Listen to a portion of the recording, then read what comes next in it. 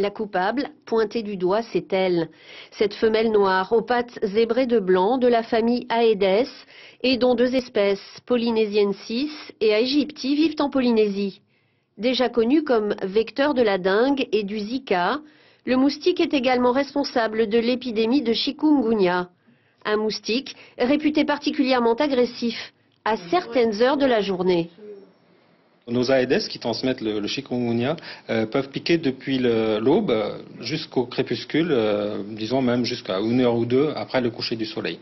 Et par contre, ils ont des pics d'agressivité effectivement à ces moments-là. C'est-à-dire que dans la journée, ils peuvent aussi piquer, mais c'est surtout à l'aube et au crépuscule qu'ils sont très actifs. Et si la femelle se gorge de sang au moment de la reproduction, c'est pour pouvoir assurer la ponte des œufs.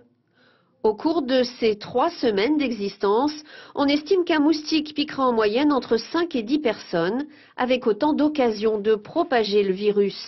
Malgré cette voracité, Aedes n'est pas le seul en cause, car les malades ont aussi leur part de responsabilité dans la propagation de l'épidémie. La diffusion de la maladie vers d'autres communes, vers d'autres zones, vers les îles, c'est lié aux malades qui se déplacent dans d'autres lieux et qui viennent contaminer les moustiques de ces lieux où ils sont passés. Et c'est comme ça que la maladie se diffuse. Les moustiques s'éloignant rarement de leur lieu d'éclosion, l'épidémie se déplace donc davantage au rythme des personnes infectées. C'est pour cela que les autorités leur recommandent de rester chez elles et que les campagnes de démoustication ciblent en priorité les quartiers des malades.